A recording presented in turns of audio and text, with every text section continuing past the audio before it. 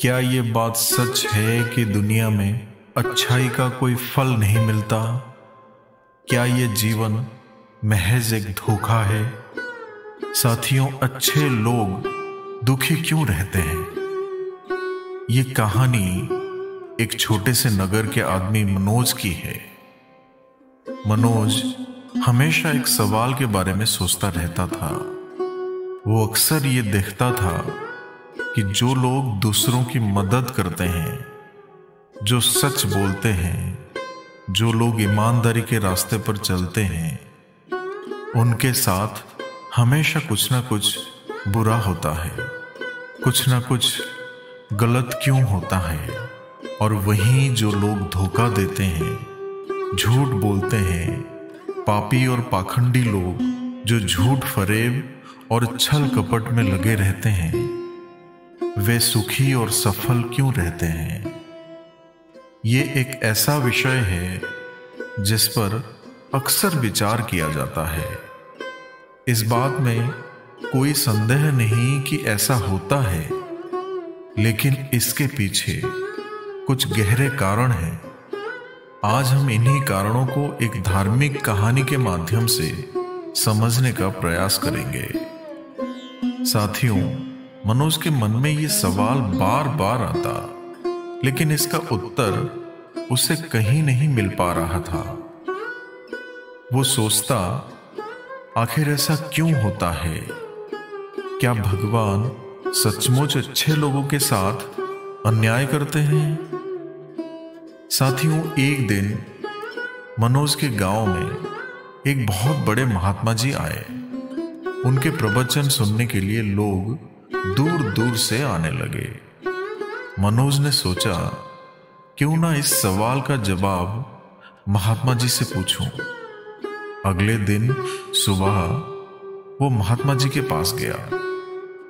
उसने उन्हें प्रणाम किया और कहा, हे गुरुदेव, मेरे मन में एक सवाल है। मैं देखता हूं कि जो लोग अच्छे कर्म करते हैं, ईमानदारी से जीवन जीते हैं और दूसरों की मदद करते हैं, उनके जीवन में दुख ही दुख होता है।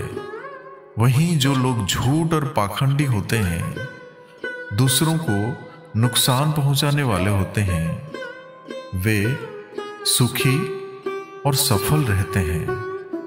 आखिर ऐसा क्यों होता है?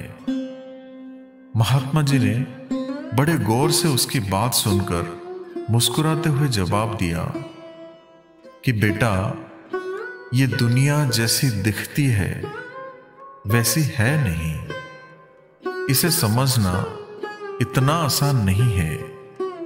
ये संसार बहुत बड़ा और जटिल है। इसे जितना समझने की कोशिश करोगे, ये उतना ही उलझता जाएगा। लेकिन मैं तुम्हें एक कहानी सुनाता हूं, जिससे शायद तुम्हारी उलझन कुछ हद तक सुलझ जाए। ये कहकर महात्मा जी ने मनोज को एक कहानी सुनाई। वो कहानी इस प्रकार से है कि एक नगर में एक विधवा स्त्री अपनी 3 छोटी बेटियों के साथ रहती थी। जवानी में ही उसके पति की मौत हो गई थी। पति के मौत के बाद अपने छोटे छोटे नन्हे नन्हे बच्चियों की पूरी जिम्मेदारी उसी पर आ गई। 3 बच्चियों का पालन पोषण करते हुए वो बहुत परेशान रहती थी। अपने बच्चों को अकेला छोड़कर वो कहीं काम भी नहीं कर सकती थी। ऊपर से समाज के ताने उसकी तकलीफों को और बढ़ा देते थे। उस स्त्री के पास कोई भी सहारा नहीं था, ना ही कोई पर्याप्त धन राशि था। वो बेचारी अपने पति को याद करते हुए जैसे तैसे अपनी बच्चियों की देखभाल कर रही थी। साथियों, किसी भी स्त्री के लिए पति की मृत्यु केवल एक व्यक्ति का खोना नहीं है, बल्कि ये उसके पूरे अस्तित्व को झकझोर कर देने वाली अनुभव होता है। पति उसके जीवन का आधार होता है, जो न केवल आर्थिक सहारा प्रदान करता है बल्कि उसे सामाजिक पहचान और सुरक्षा भी देता है। जब पति की मृत्यु होती है तो विधवा को न केवल अकेलेपन का सामना करना पड़ता है बल्कि समाज की तिरस्कारपूर्ण दृष्टि भी सहनी पड़ती है। उसकी हर छोटी बड़ी जरूरतें अधूरी रह जाती हैं। गरीबी में जीने वाली विधवा के लिए पति का ना होना उसे आर्थिक संकट में और गहराई तक धकेल देता है। उसके मन में ये सवाल बार बार उठता है कि अब वो अपनी जिंदगी को कैसे संभालेगी। बच्चों का पालन पोषण, घर का खर्च और सामाजिक दबाव, ये सब उसकी चिंताओं को बढ़ाते हैं। पति का स्नेह और समर्थन खोने का दर्द उसके जीवन में खालीपन और उदासी भर देता है। विधवा के लिए पति की मृत्यु एक ऐसा मोड़ होता है जो उसके जीवन को संघर्ष और चुनौतियों से भर देता है। वो अपनी तकलीफों के बावजूद जीवन में आगे बढ़ने का प्रयास करती है, लेकिन उस जख्म को भर पाना असंभव लगता है। इस दुख के साथ जीते हुए वो अपने भीतर एक असीम धैर्य और सहन शक्ति विकसित करती है। साथियों, इस गरीब स्त्री का भी यही हाल था। लगातार चिंताओं ने उसे भीतर से कमजोर कर दिया। बच्चों के भविष्य को लेकर सोचते सोचते वो बीमार पड़ गई। एक दिन ऐसा आया जब उसकी तबीयत इतनी बिगड़ गई कि उसका अंत समय निकट आ गया। मृत्यु के समय यमराज ने अपने सेवक चित्रगुप्त को उस स्त्री के प्राण लेने के लिए भेजा। जब चित्रगुप्त वहां पहुंचे तो उन्होंने देखा कि वो बीमार पड़ी हुई है और उसकी 3 छोटी छोटी बच्चियां उसके पास बैठकर बिलक बिलक कर रो रही हैं। बच्चियों की दशा देखकर चित्रगुप्त का हृदय पसीज गया। वो सोचने लगे, यदि मैं स्त्री के प्राण लेकर चला गया तो इन मासूम बच्चियों का क्या होगा? कौन उनकी देखभाल करेगा? कौन उन्हें सहारा देगा? ये सोचते सोचते चित्रगुप्त का मन विचलित हो गया। कुछ समय तक विचार करने के बाद उन्होंने निर्णय लिया कि वे उस स्त्री के प्राण लिए बिना ही यमलोक लौट जाएंगे। और साथियों, यही हुआ। चित्रगुप्त उस स्त्री के प्राण लिए बिना ही यमलोक लौट गया। अब जब चित्रगुप्त यमलोक पहुंचे तो यमराज ने उनसे पूछा, चित्रगुप्त, तुम खाली हाथ क्यों लौट आए? तुम उस स्त्री के प्राण लेने गए थे, क्या हुआ? वापस कैसे आ गए? चित्रगुप्त ने यमराज के सामने सिर झुका दिया। कहने लगा कि हे यमराज, मुझे क्षमा करें।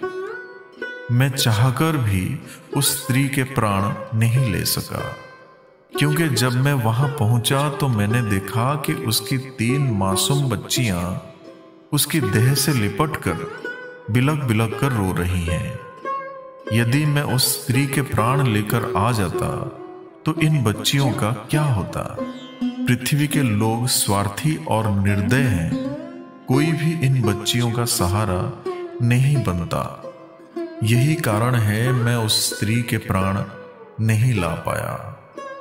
फिर चित्रगुप्त कहता है कि हे यमराज, मेरी आपसे एक प्रार्थना है कि आप उस विधवा स्त्री को कुछ समय के लिए जीवन दान दें, ताकि वो अपनी बच्चियों का पालन पोषण कर सकें और उन्हें आत्मनिर्भर बना सकें।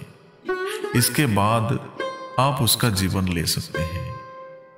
चित्रगुप्त की ऐसी बातें सुनकर यमराज कहने लगे कि हे चित्रगुप्त, इस संसार के सभी प्राणियों की मृत्यु निश्चित समय पर ही होती है।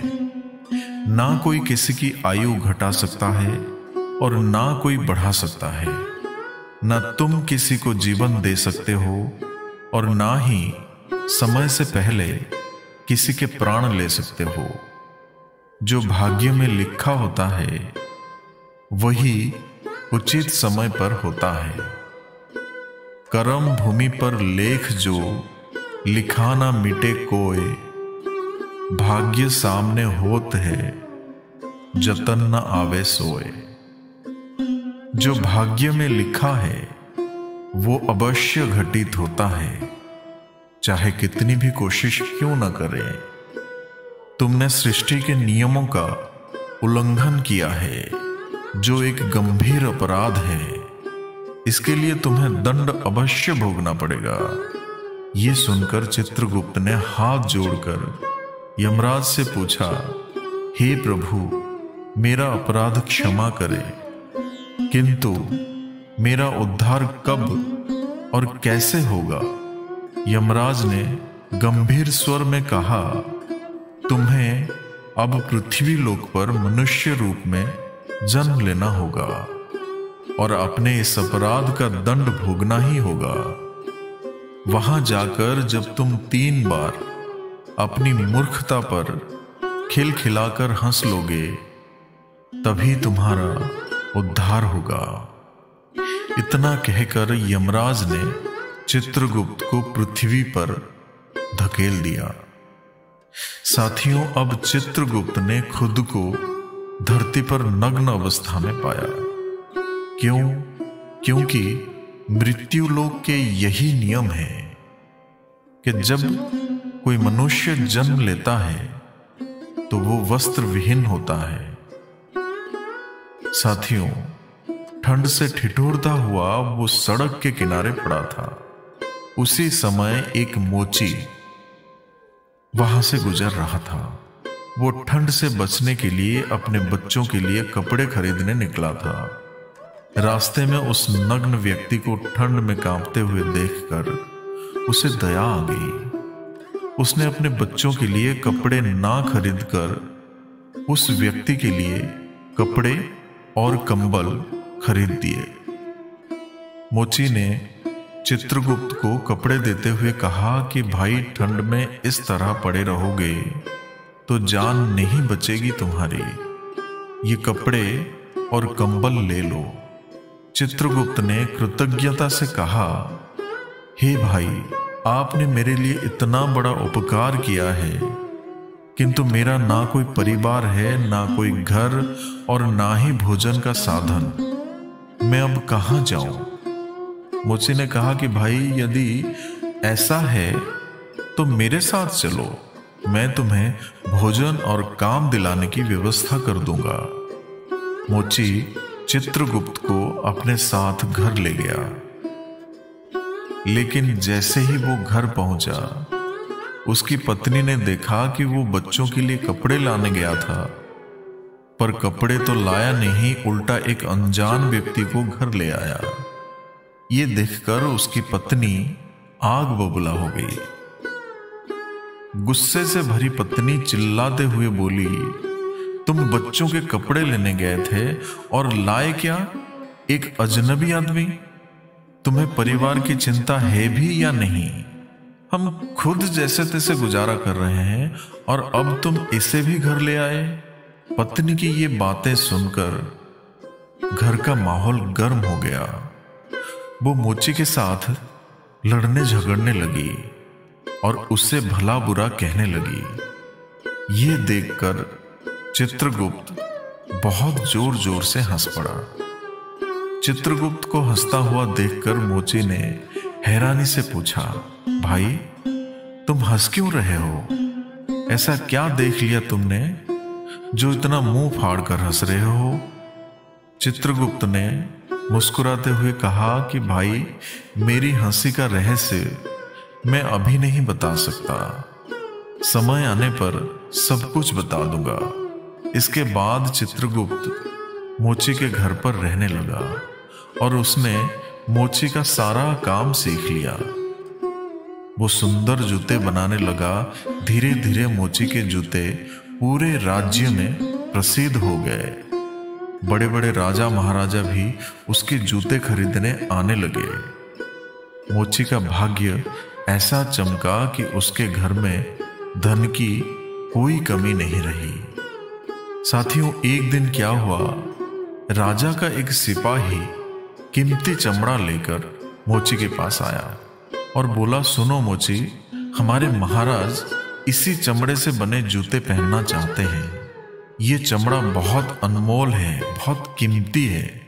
ध्यान रहे कि इससे बेहतरीन जूते बनाओ और ये खराब नहीं होना चाहिए। सैनिक चमड़ा देकर वहां से चला गया। मोची ने चित्रगुप्त को समझाया कि देखो, ये महाराज के जूते हैं, इसमें कोई गलती मत करना। इस चमड़े से जूते ही बनाना। अगर चप्पल बना दी तो राजा बहुत नाराज हो जाएंगे और हमें कठोर सजा मिलेगी। मोची के बार बार समझाने के बावजूद चित्रगुप्त ने जानबूझकर उस चमड़े की चप्पल बना दी। जब मोची ने चप्पल देखी तो उसकी सांसें फूलने लगी। वो गुस्से में चित्रगुप्त पर चिल्लाता हुआ बोला, तूने क्या कर दिया? मैंने तुझसे बार बार कहा था कि जूते बनाने हैं, लेकिन तूने चप्पल बना दी। अब राजा हमें नहीं छोड़ेगा, हमारा पूरा परिवार मारा जाएगा। मोची का गुस्सा देखकर चित्रगुप्त दूसरी बार खिलखिलाकर हंसने लगा। ये देखकर मोची गुस्से से बोला, अरे मूर्ख, सारा काम बिगाड़कर अब हंस रहा है। चित्रगुप्त ने शांत स्वर में कहा, जरा वहां देखो, राजा का सिपाही जूते लेने आ रहा है। ये सुनते ही मोची के होश उड़ गए। उसने डरते डरते देखा कि सैनिक पास आ रहा था। मोची के हाथ पैर कांपने लगे। जैसे ही सैनिक पास आया और उसने कहा, मोची, कल मैं जो चमड़ा देकर गया था उसे जूते मत बनाना। महाराज का देहांत हो गया है। यहाँ की परंपरा है कि अंतिम क्रिया में मरने वाले को चमड़े की चप्पल पहनाई जाती है, इसलिए जूते की जगह चप्पल बना देना। साथियों, सैनिक की ये बात सुनकर मोची को ऐसा लगा जैसे मरे हुए शरीर में प्राण लौट आए हो। उसके हाथ से डंडा छूटकर जमीन पर गिर पड़ा। उसने चित्रगुप्त के पैर पकड़ लिए और माफी मांगते हुए कहा कि भाई, तुमने मेरी जान बचा ली, मुझे माफ कर दो। चित्रगुप्त मोची की इस हरकत को देखकर जोर जोर से हंस रहा था। अब मोची ने पूछा, हे भाई, अब तुम क्यों हंस रहे हो? चित्रगुप्त मुस्कुराते हुए बोले, मोची भाई, समय आने पर मैं तुम्हें अपनी हंसी का कारण बता दूंगा। अब अगले दिन मोची की दुकान पर 3 नौजवान लड़कियां आई, एक बुढ़िया के साथ। वे तीनों लड़कियां अपनी शादी के लिए जूते का नाप देने आई थी। चित्रगुप्त ने लड़कियों को देखते ही पहचान लिया। उन्होंने मन ही मन सोचा, ये वही लड़कियां हैं जिनकी मां के प्राण मैंने उस समय नहीं लिए थे। उसी कारण मैं यहां सजा भोग रहा हूं। लेकिन ये तो अब जवान हो चुकी हैं और सुंदर भी हैं, किसी अच्छे घराने से लग रही हैं।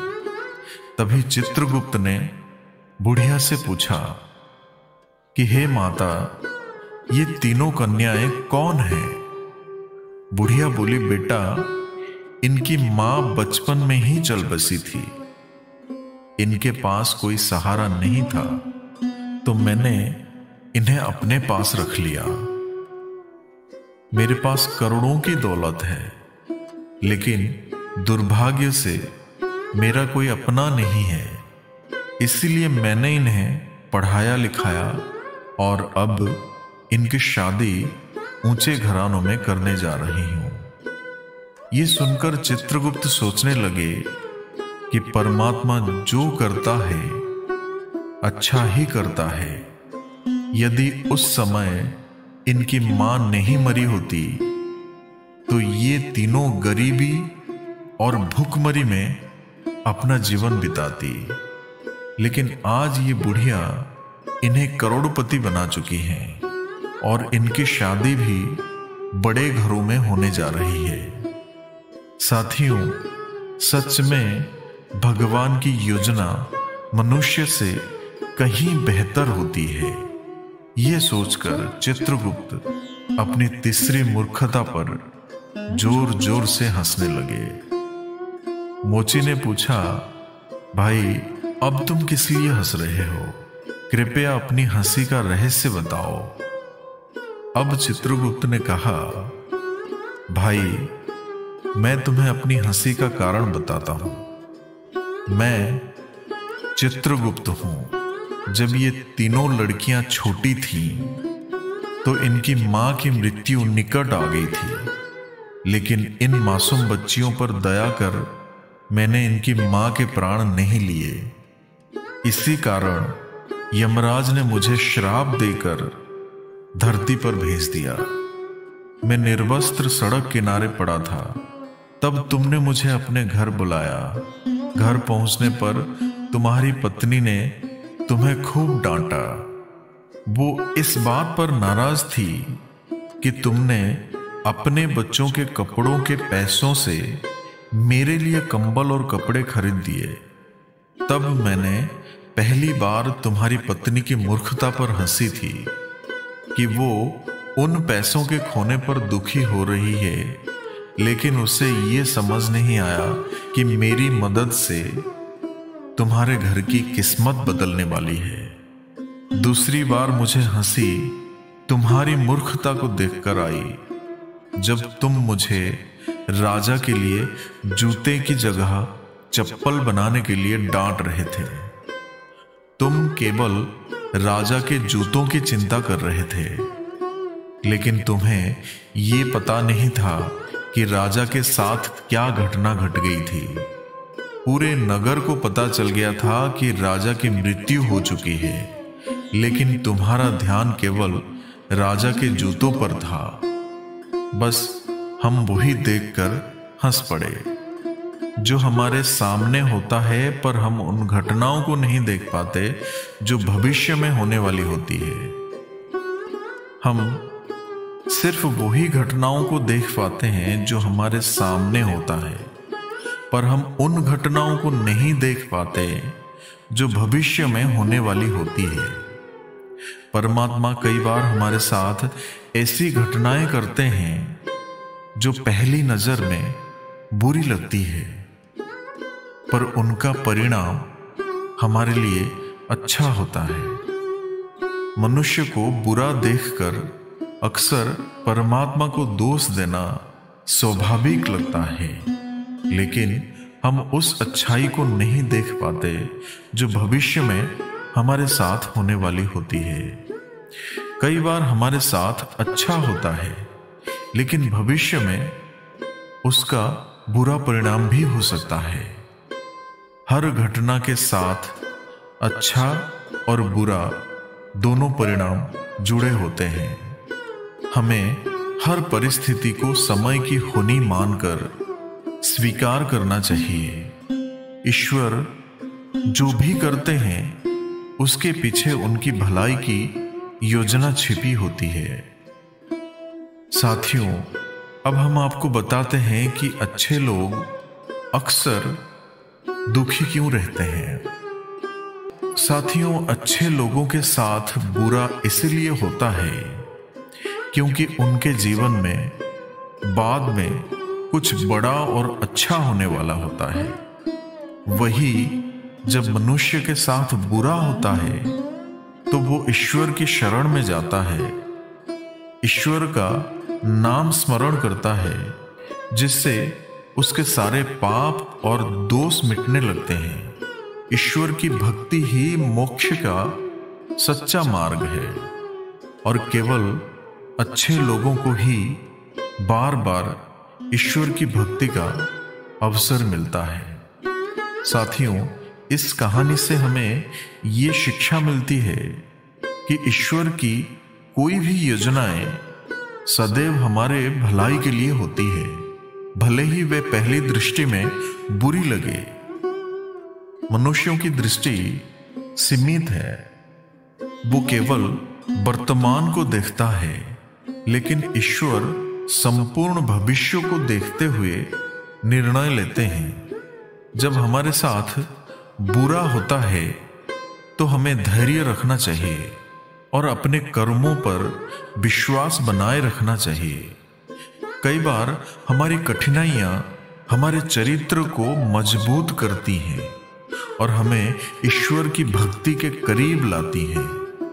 सच्चे भक्तों को ही ईश्वर के प्रति समर्पण का अवसर बार बार मिलता है।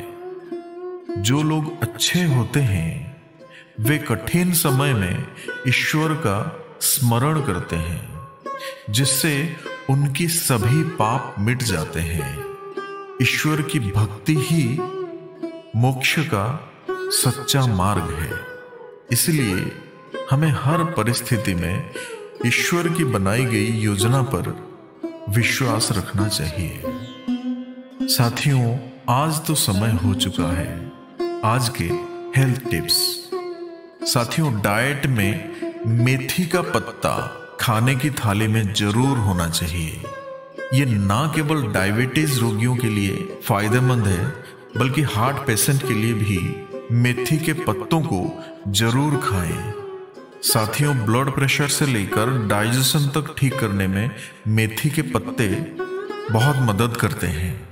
साथियों, अगर आज का ये वीडियो आप लोगों को अच्छा लगा हो तो इसे लाइक और शेयर करें और हमारे चैनल को सब्सक्राइब करना ना भूलें। तो फिर मिलेंगे साथियों अगले कहानी के साथ। तब तक के लिए अपना ख्याल रखना और हमेशा हंसते मुस्कुराते हुए रहना।